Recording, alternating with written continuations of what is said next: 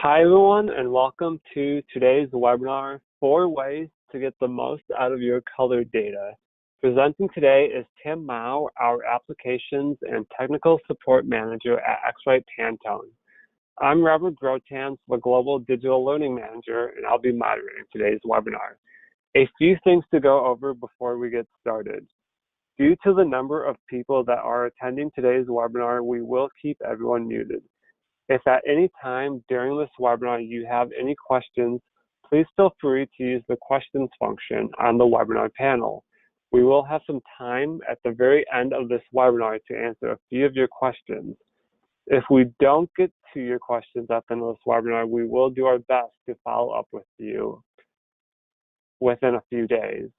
Finally, after this webinar, you will receive a follow-up email, you will receive a follow-up email for this recording so that you can review this webinar again at your convenience. So with that, I will turn it over to Tim to get things started. Thank you, Robert. Welcome everyone. Let's go ahead and launch into getting the most out of your color data, or honestly, the subtitle here is probably even a better description of what we're going to talk about. 4 tips to ensure you're confident with your color measurement processes. So let's go ahead and get started. Give me 1 second. For some reason, my taskbar is showing. There, we'll get rid of it. And that's even worse. Sorry about that. Don't know why it's decided that it's important to me today. That should do it. All right. So as an intro, can you really be confident in your color data? And that's what we're after today, is to talk about, 4 tips to help you be confident in your color data, because ultimately managing your color data is about ensuring that you know it, you can rely on it, you can be confident in it, because your color data is probably going to be compared to someone else's color data, or it's going to be used to tell a story or defend a position about your color. So yes, can you be confident? Yes, you can if you ensure proper process. And so we're going to talk about those 4 things that we highlighted in the title, right? We're going to talk about preparing the instrument. We'll walk through that. We'll talk about the measurement process itself, actually taking measurements with your instrument. We'll talk about the properties of the measurement, some things that matter there, and then ultimately talk about as well a connected workflow, where we are talking about my data versus your data versus somebody else's data who might have all measured the same thing. So we've got a lot to get through in a fairly short amount of time, so let's get going. So first, what I called preparing the instrument. Essentially what we're talking about is 2 things. 1, connecting your instrument to whatever piece of software you're using. X-Rite instruments with X-Rite software, those connections can happen in a variety of ways depending upon what kind of device you have. It could be via USB. Actually, if it's older, it could even be a serial cable. But any current products, they're USB, Bluetooth, Ethernet connections, Wi-Fi connections. So it's connecting the device, obviously, has to happen so that the device can talk to the software. And then the really key piece here to preparing your instrument, something you have to do routinely. Connection might be once, but calibration is something you're going to do depending on your instrument every 4 hours, every 8 hours, every 4 weeks, depends on the device, right? So what is calibration? Why does it matter?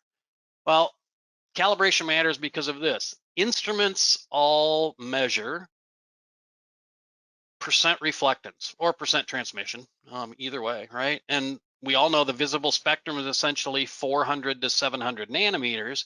And what we're measuring is what percentage of the light that's available reflected. And so here's a reflectance curve, this blue line, right? And it's reflecting between 20 and 40% reflectance. Well, calibration is about us establishing for the light that's inside my device, for my device, what is 0 and what is 100. So how do we do that? Well, we calibrate the 100 by using white, because it's the closest thing to a perfect reflector that reflects 100%. And so with a benchtop instrument, we'll have a white calibration tile. With a handheld instrument, we also have one that's in a block that the instrument sets on, right? So we're going to do a white calibration, and then we're going to do a black calibration. On a benchtop, that looks like this. On a handheld, we're measuring this black trap opening. So the calibration is establishing for the instrument in its current state, right? So at whatever age the lamp may be, whatever kind of environment we're in, we're going to calibrate and understand what its percent reflectance is on the white. Of course, we know what the values are for that white tile that we're measuring. The instrument knows it. It's stored inside of its memory. And black, which these two black measurement methods are essentially light traps. They're going to capture all the light so no light comes back. We will then have established 0 and 100. We've calibrated the device in its current status. And we're ready to go on and start taking measurements. So that's something, if you use an instrument you're very familiar with. Every instrument on the planet, every color measurement instrument on the planet needs to be calibrated. Some instruments don't require the 0. Everybody requires the white. And so we can establish that. Now we move on to the actual measurement process. And here we're talking about the physical way that we're going to actually present the sample to the instrument, or the instrument to the sample, right? We might be doing a reflectance measurement like this, where I've got an orange piece of plastic and I'm setting the instrument on top of it. I'm going to press down, the light's going to bounce off of the surface back to the instrument. So I have a reflectance measurement. Or I might do a transmission measurement, where I also have an orange plastic, but now I'm going to measure the light, because this is a very transparent orange. I might measure the light passing through it, okay? Obviously, different processes for measuring different things. Let's expand on that just a bit. Where do I measure? Imagine you have something patterned and you need to measure in a specific spot. We probably have to be very clear about where we're going to do that measurement. Do I need a backer because my sample is not opaque? If the light from the device will pass through your sample, then whatever is behind your sample is also being measured.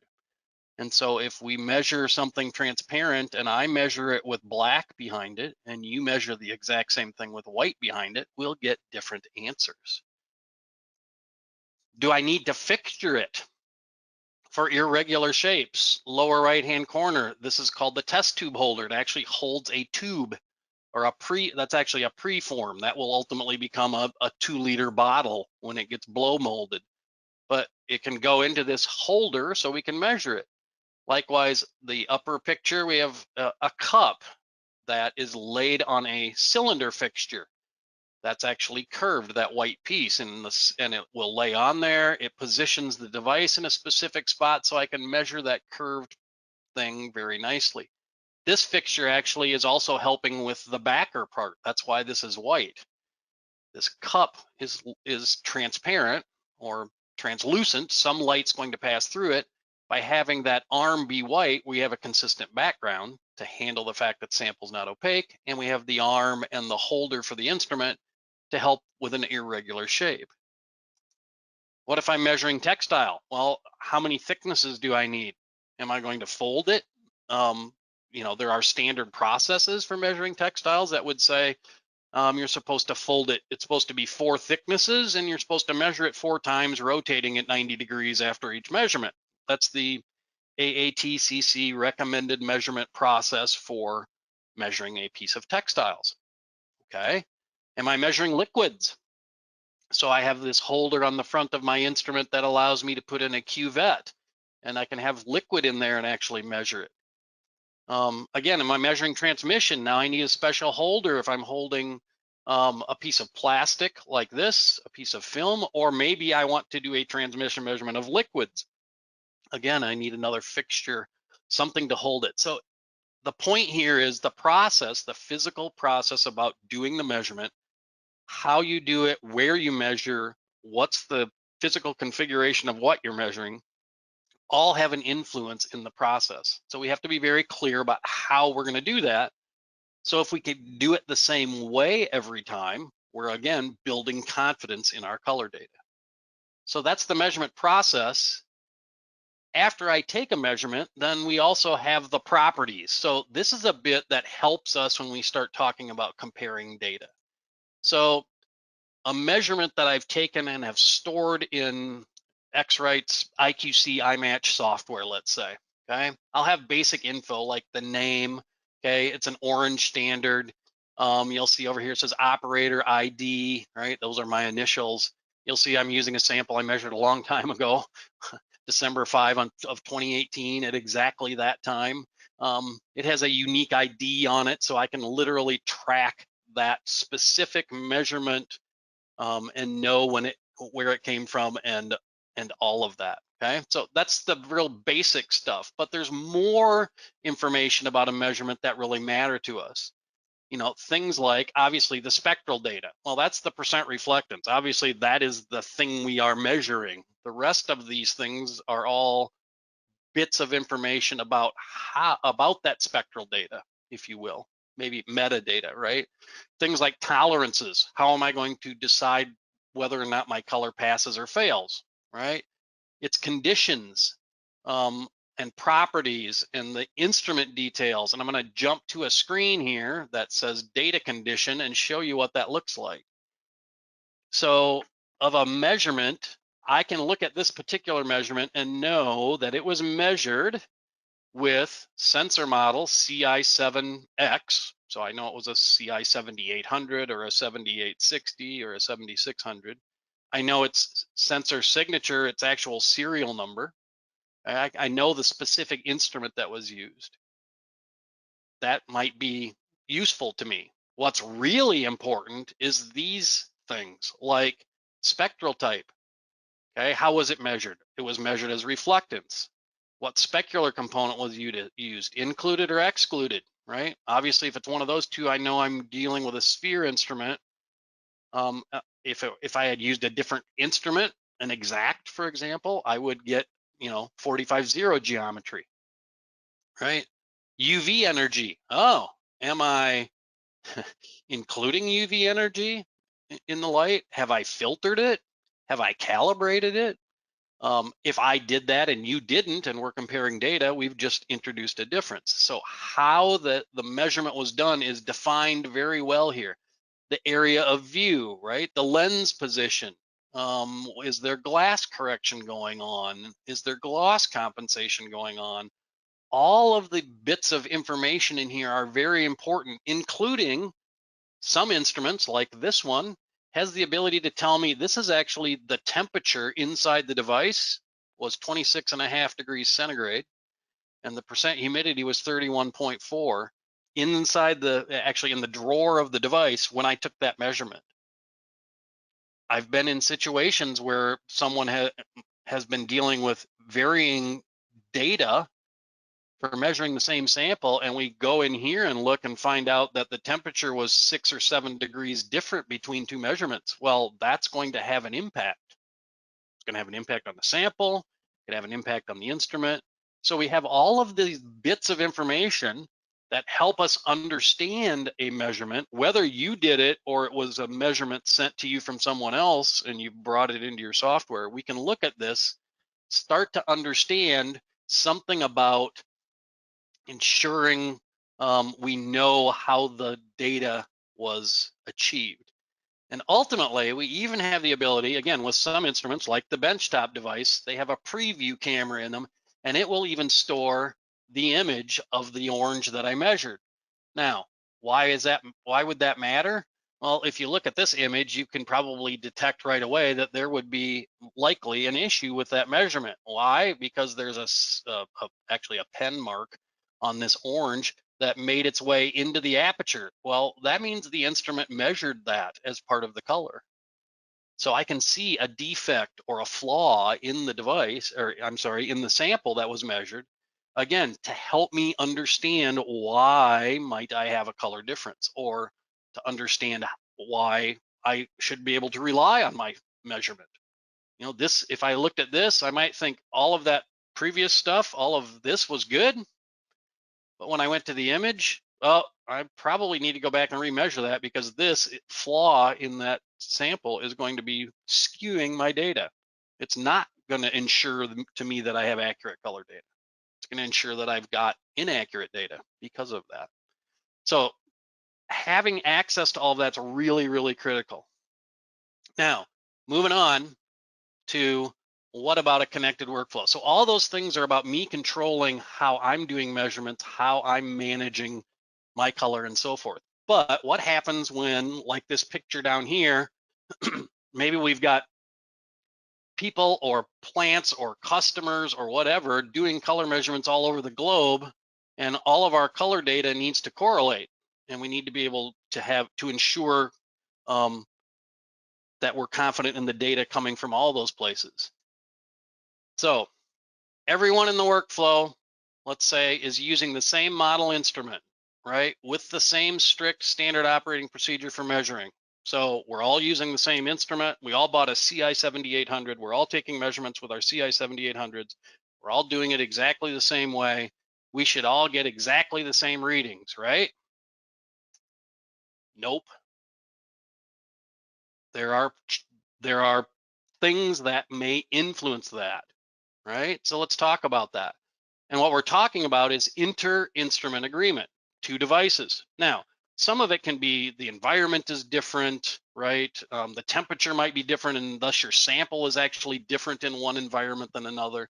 But just focusing on the instruments, if we've controlled the environment in all those places, right? How closely two instruments of the same model measure to one another is what inter-instrument agreement is really about. Less difference typically means higher price, okay? And without maintaining that, you are introducing false color difference due to the environment differences and the fact that electronics are not perfectly identical. So two devices that were made on the exact same day by X-Rite and shipped to two different places over time, because of the environments they're in and because their electronics are not aren't the exact same electronics, right? They're similar, but they aren't the exact same, right? Those differences will over time create some variation. Now, if your tolerances are large, maybe that doesn't matter to you, but if your tolerances are tight, that probably does. So is there a way for us to help maintain that? And the answer is something called Net Profiler. So Net Profiler is a piece of software from X-Rite that can help resolve this connected workflow issue or address it, right? So what it is, it's a piece of software that walks the user through the process. You connect an instrument and it walks you through a process using a set of serialized tiles with data in the cloud. Excuse me. So as you can see, there's 8 tiles in this tile set. And essentially, like we did when we calibrated the device, we measured a white tile and we knew what its values were. So we could measure with the instrument and see how close we are to those values and then correct mathematically. We can do the same thing here with Net Profiler, only now we're using a series of colored tiles across the spectrum to measure, right? Here's the process. You measure your serialized tiles, the data from your instruments compared to the cloud data. The cloud data is a measurement of these tiles with a master device. So if you're running your Net Profiler in your location and someone halfway across the globe is running it with Net Profiler with theirs, the two of you are tying your two instruments back to the same one master device at X-Rite that measured the tiles that you're both using. That's how we're going to bring those instruments. We're going to profile them. We're going to adjust them mathematically to bring them closer to both measuring like the master device. A profile is created if needed. If your instrument's brand new or was just recently serviced or something, or you're in a great environment and it hasn't aged, right? You might run through Net Profiler and it might tell you your instrument is performing as well as can be expected. No profile is being applied. But if it needs to, it will create a profile and apply it to the device. Adjust the device to measure more like the master. Then every measurement you're taking is identified as measured with an active profile. We didn't look at it when we were looking at our measurement properties, but there's actually a place where it'll tell you whether or not that instrument that did the measurement had an active profile or not. So you'll know if that measurement was done with an instrument tied back to a master device. Again, it's an audit trail. So real quick to show you what it does, okay, how it works. This is a comparison for specular component included on the left, specular component excluded on the right of the tiles that were measured, okay? This is a larger 12 tile set that we also can use. The red area would define how that instrument measured each of those tiles unprofiled, knowing that the dot in the center would be an exact match to the master instrument. So the distance from the center to the outside point here in red is how far off it measured the dark blue, for example, right? Unprofiled, and the cyan and the difference green and the yellow and so on. Same over here. The green area is after we've applied the profile and then we remeasure them. The green area shows how close those are to the master instrument with the profile applied. So we can see its ability to bring something in. All right, now this is just a spot one-time view of we just profiled. Let's look at what happens over time. So this is actually actual data from NetProfiler from a customer's instrument, right? Who'd been profiling for 6 years, and they were, after profiling, they were measuring a white tile. So you would expect an instrument to be very repeatable on a white tile, right? But the yellow line shows how much variation they got across in delta E across that white tile unprofiled, and you can see it's bouncing around. Where profiled, it essentially is sitting at 0.05 with some very, very minor variations from that. Maybe it's actually averaged a little below 0.05, but extremely consistent for 6 years. That instrument with a profile in place was very, very consistent. And that's the point of NetProfiler, ensuring that your measurements are consistent so you can have that confidence in them when you have to talk about comparing measurements, because invariably that's where we go. I've been at X-Rite for 27 years. The most common question I've been asked as a technical person at X-Rite in 27 years is the same today as it was when I started. Why is the data that I get different than somebody else's?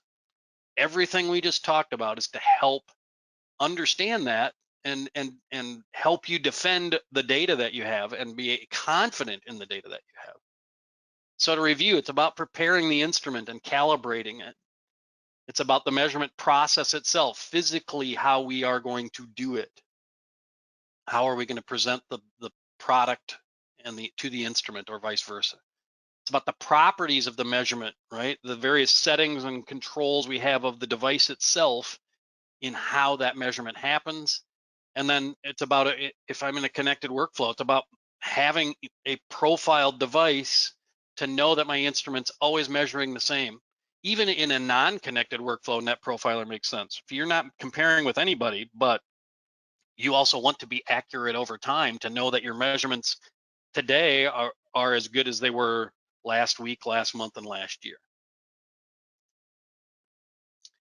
So with that, we are at our question and answer period. You'll see on the screen there's some things that can help you. If you've got questions, places to go and find out more about this webinar, other webinars. If you want more information about some of the things we talked about, some of those things, we have a webinar, for example, we did on NetProfiler itself that could give you the full view of that. We have webinars about instrument geometries and other things that you could reference that are available to you at our website, as well as answering any questions that you've got. Yeah, so we just have a single question actually asking about measure white function with an exact device. And does that compensate for the background of semi-transparent film? So it actually does. And actually, while that's in the exact, that measuring the background is also something that happens with some other devices in various usages within the software and so forth. And so the reason that we're at that you're doing that is exactly as the person asking the question alluded to. It's for the instrument to actually measure the color of the white and be able to compensate. All right, and part of the reason you want to do that, there's a number of different reasons. With an exact, and in the world of printing, you're likely doing that because you're trying to essentially do things like we used to do with densitometers when it was a minus paper calculation. So you're extracting the effect of the background.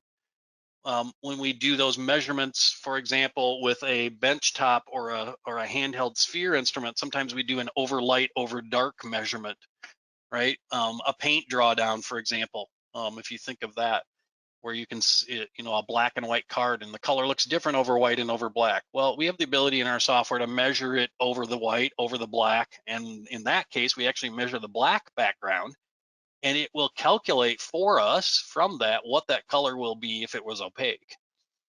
We also can learn something about its opacity. So yeah, measuring those kinds of transparent objects can be approached in several ways, right? Those are some ways where we're measuring the background to subtract it out.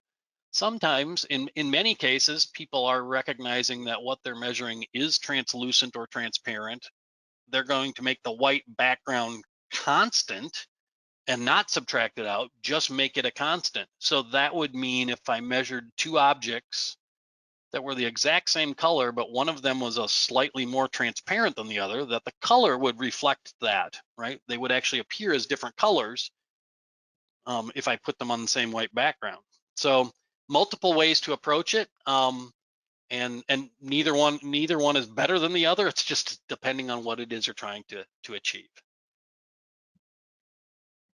Someone also asked a question about having details about how to measure the color of liquids with a CI60 or a CI6X, the handheld instrument in the lower right-hand corner there. We actually have, I'd recommend if you're interested in that we get you in contact with someone in our sales team in your local area, wherever you are. We have a series of fixtures that can attach both. We showed them in the presentation. I showed like a liquid holder connected to a benchtop. We also have holders that will connect to the shoe of a handheld instrument to allow you to be able to measure liquids as well. We have some very interesting things. There's what's called a benchtop stand for that handheld device, so that it actually holds the device vertically, and then you can attach a liquid cell holder to that and be able to measure something that's liquid, for example. Obviously, we're measuring liquids. It's always got to be in something, right? We're not going to, we can't measure the liquid directly. It has to be in a container of some sort, but we have holders that will hold cuvettes, optically controlled glass containers that you can put the liquid in and then measure the color of the liquid. So yeah, that would be my recommendation for that.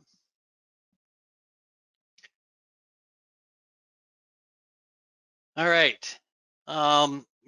We've got like 2 minutes left, and I got a few more questions. I don't know I'm going to get to them all. Let me just take a quick look here. So question about, are these holders valid for measuring color or food? Yes, we have customers who use devices not only for measuring those kinds of liquid question I was talking about. You can use those same things for measuring a powder. We have people who measure spices, right? There's actually, believe it or not, a cinnamon index. Right? There's a special color calculation for the color of cinnamon. Well, you can't, again, measuring a powder with a device will contaminate your device. So what do? You put the powder into the same kind of holder you'd use for liquids. We have people who are measuring all kinds of food, from the color of French fries to the color of chocolate chip cookies and chocolates and all of those kinds of things. So it's very possible. Orange juice is controlled by an instrument. The color of orange juice in the U.S. anyway is mandated by USDA as to what color it has to be in order to be called orange juice, and so that's done by color measurements. So lots of possibilities. It's one of the most exciting parts of my life and at work is always hearing about something new someone wants to measure. It's pretty rare that we would ever find something that somebody would say, no, we just simply can't measure it. If it's microscopic in size, we might have a problem. But liquids, we have people measuring things like yogurt and coffee creamers and wine and beer and all kinds of fun samples um, that we love to be able to measure. So if you've got something you need to try and control the color of and you're not sure about how to go about measuring that, we will be more than happy to help you. Please reach out. Please reach out to us and we would gladly help you with that. So there's a few more questions we don't have time to get to, but we've exceeded our time already. So we will reach out to you. Those of you who left questions we weren't able to answer just yet, we will get back to you on those. And with that, I thank you all for your time today and wish you the best. Absolutely. Thank you, everyone. A recording for this webinar will also be sent out tomorrow. So with that, have a great rest of your day. Thanks, everyone, for joining. Bye.